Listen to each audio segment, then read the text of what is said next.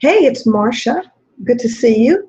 Thanks for joining. And today we are talking about a Japanese art form called Kintsugi. I hope I'm pronouncing that right. Kintsugi. I encourage you to Google after this broadcast and see pictures. Just pull up the images page of Kintsugi. But there's a marvelous lesson that comes from that art form. And basically, it's about when a bowl or piece of pottery or something that may have had some value before is dropped or broken or smashed in some way.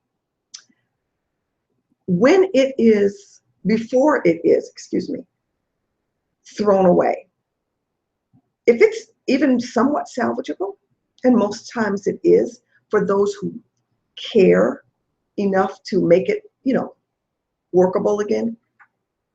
Obviously, you can't eat with it anymore, eat out of it like you would a bowl.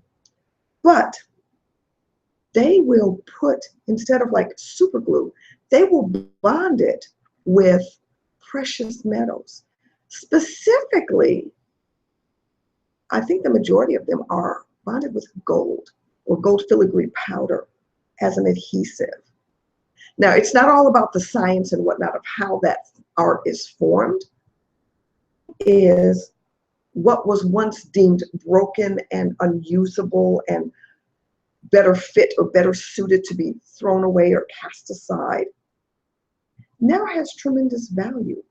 And it has been created all over again, reinvented into something probably at least as, if not more, beautiful than it originally was. Because before it was just an ordinary bowl that had value, had a role, had a purpose, but didn't really strike anyone's fancy.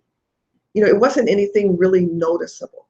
Well, that's how it is for us. When we step into our greatness or we take paths to set ourselves towards that which lives inside of us, that is crying, that is moaning, that is anticipating, waiting to be set free. It's kind of like our lives blow up. Sometimes it's a tragedy, a devastating incident, which is how my life was not long ago.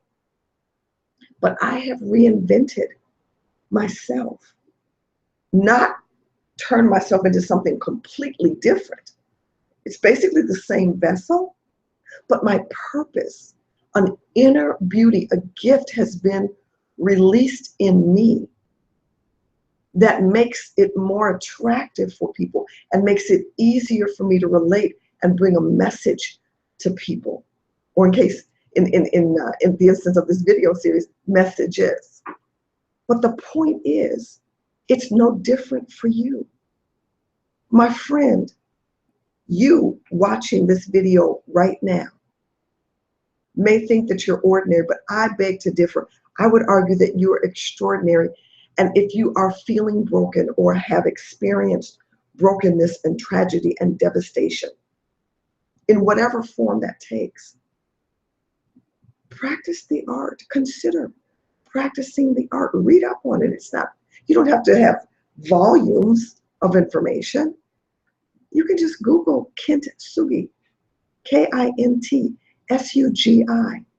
And it's still, the thing about Kintsugi is the flaws and imperfections are still visible, but they've been enhanced in such a way that the piece really is eye-catching and attention-worthy and focus directing. And it's no different for you or for me. So practice, read up on this art, practice it in your own lives, and remember, whatever, wherever, however you've been shattered, the potter can put you back together. And for everyone's good. So as always, I hope this has been helpful.